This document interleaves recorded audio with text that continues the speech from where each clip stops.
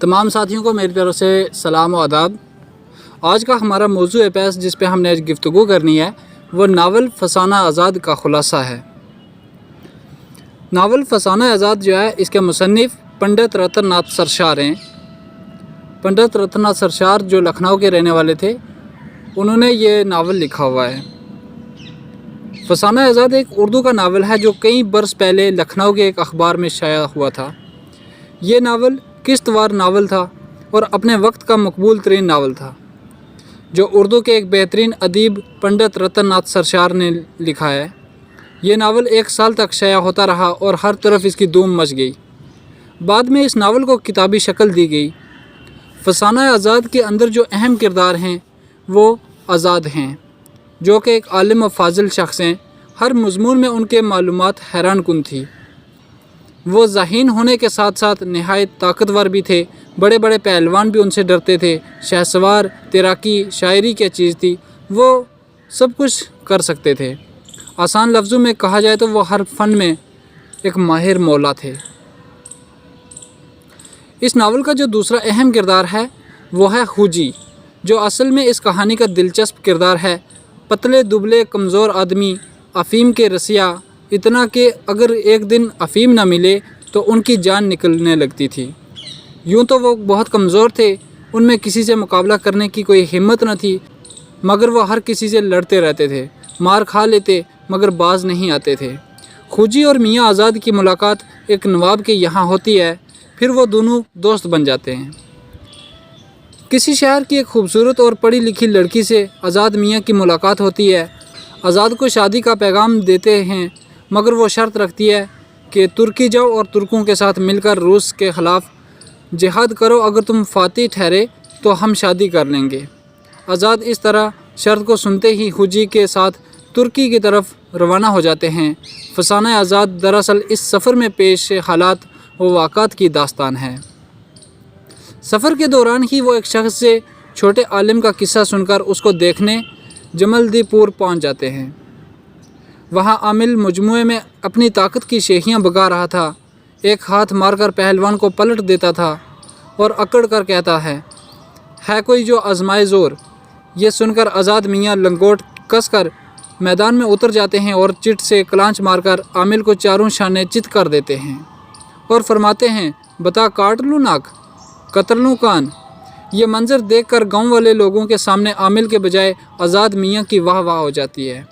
आमिल को चित करने के बाद आज़ाद मियाँ फिर से शहर घूमने लगते हैं कि उनका टकराव एक बांगा से होता है।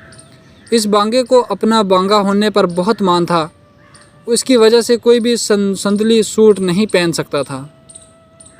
लेकिन आज़ाद मियाँ अगले ही दिन संदली सूट और टोपी पहने बाज़ार में तशरीफ़ ले जाते हैं।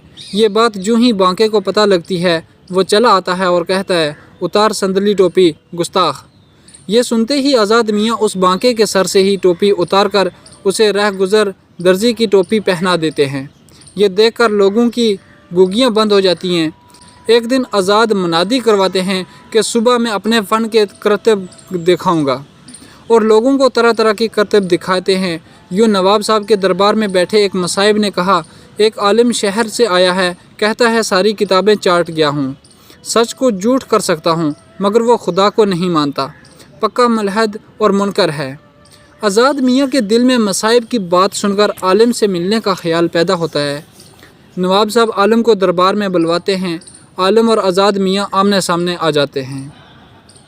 आलिम कहता है, मेरे 3 सवालों के जवाब देकर मुझे मुतमय्यन करो। पहला सवाल है, अगर खुदा है तो हमें नज़र क्यों नहीं आता? दूसरा सवाल यह है कि शैतान को आग से बनाया गया है और उसे दोज़ख में जलाया जाएगा। वाह वाह, भला आग की बनी हुई चीज़ को आग का क्या डर, इस सज़ा का उसको क्या खौफ होगा?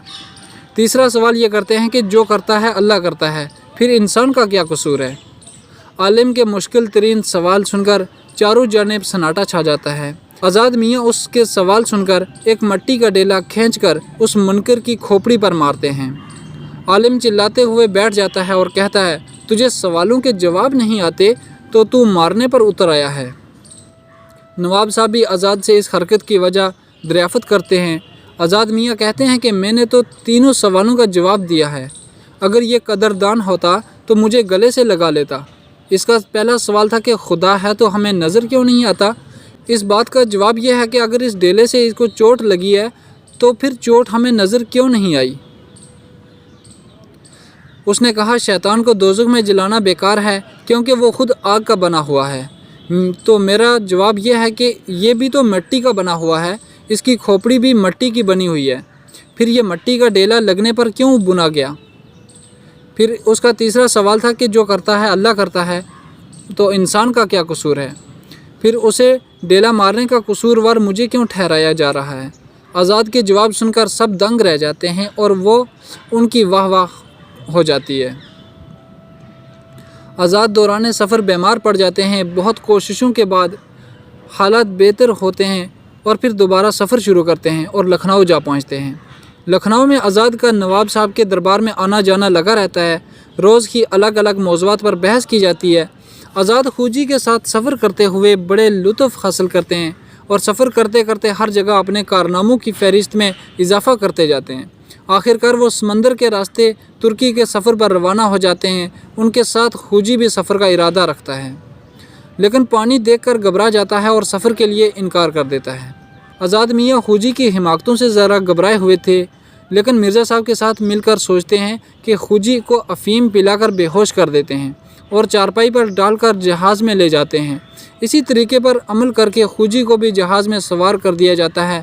دوران سفر کپتان کی جانب سے آندھی آنے کی اطلاع ملتی ہے۔ خبر سنتے ہی ہر طرف شور و غل مچ جاتا ہے۔ آندھی کا زور دیکھ کر مسافروں کو حفاظتی کشتیوں میں سوار کیا جاتا ہے۔ آزاد اپنی بہادری، شجاعت اور لوگوں کو کشتیوں میں سوار کرتے ہیں۔ ان لوگوں کو قریب ہی ایک جزیرہ نظر آتا ہے جہاں لوگ مشعلیں روشن کیے کھڑے ہوتے ہیں تاکہ مسافروں کو جزیرے کی خبر مل سکے۔ آزاد سب کی ہمت بندھاتے ہیں اور کہتے ہیں طوفان کی زد میں بڑے بڑے پہاڑ آ جاتے ہیں لیکن گھاس ہمیشہ بچ جاتی ہے۔ آندھی کے سامنے جہاز کھڑا نہ رہ سکا لیکن یہ کشتیاں بچ جائیں گی۔ غرض بہت سی مشکلات کا سامنا کرنے کے بعد کشتیاں جزیرے تک پہنچ جاتی ہیں اور وہاں کے لوگ اپنی حیثیت کے مطابق ان مسافروں کو خیر مقدم کہتے ہیں۔ اگلی صبح آزاد میاں وہاں سے روانہ ہو کر قسطنطنیہ پہنچتے ہیں۔ وہاں آزاد کو وزیر جنگ کے دوست کی بیٹی میڈا ملتی ہے جو انہیں شادی کا پیغام دیتی ہے۔ آزاد اسے انکار کر دیتے ہیں تو وزیر جنگ کو یہ کہہ کر آزاد روس والوں کے جاسوس ہیں آزاد کے خلاف کر دیتی ہے۔ صرف یہی نہیں بلکہ وہ آزاد کو قید بھی کروا دیتی ہے۔ کئی ماہ قید رہنے کے بعد ان کے حوالے سے تحقیقات کی جاتی ہے تو سب کچھ علم ہو جاتا ہے کہ آزاد میاں بے قصور ہیں۔ میڈا کو بھی اپنی غلطی کا احساس ہوتا ہے اور وہ اپنے ضمیر کی آواز سن کر آزاد صاحب سے معافی مانگ لیتی ہے۔ کئی ماہ گزر جانے کے بعد قید سے رہائی ملتی ہے اور وہ ترکی کے رجمنٹ میں شامل ہو جاتے ہیں۔ وہ اپنے رجمنٹ کے ساتھ مختلف مقامات پر پڑاؤ ڈالتے ہیں۔ مقابلہ سخت ہوتا جاتا ہے کہ ایک روز روسی دھوکے سے دونوں جانب سے حملہ کر دیتے ہیں لیکن ترکیوں کے سامنے ٹک نہیں پاتے اور انہیں میدان چھوڑ کر بھاگنا پڑتا ہے۔ بالآخر آزاد میاں اس لڑکی حسن آرا کو تار کے ذریعے فتح یابی کی خبر سناتے ہیں۔ جنگ جیتنے کے بعد آزاد ہندوستان لوٹ جاتے ہیں۔ مس کلیریسا اور میڈا بھی ان کے ساتھ ہندوستان آتی ہیں اور انہیں یہاں کے سادہ لوگ اس قدر پسند آتے ہیں کہ وہ اپنی پوری زندگی یہاں کی ان پڑھ عورتوں کو تعلیم دینے کے لیے وقف کر دیتی ہیں۔ آزاد میاں حسن آرا کی شرط پوری کر چکے ہوتے ہیں، اس لیے ان دونوں کی دھوم دھام سے شادی ہو جاتی ہے۔ یہ تھا فسانہ آزاد کا خلاصہ۔ مجھے امید ہے کہ آپ کو سمجھ آئی ہوگی۔ شکریہ۔ اللہ حافظ۔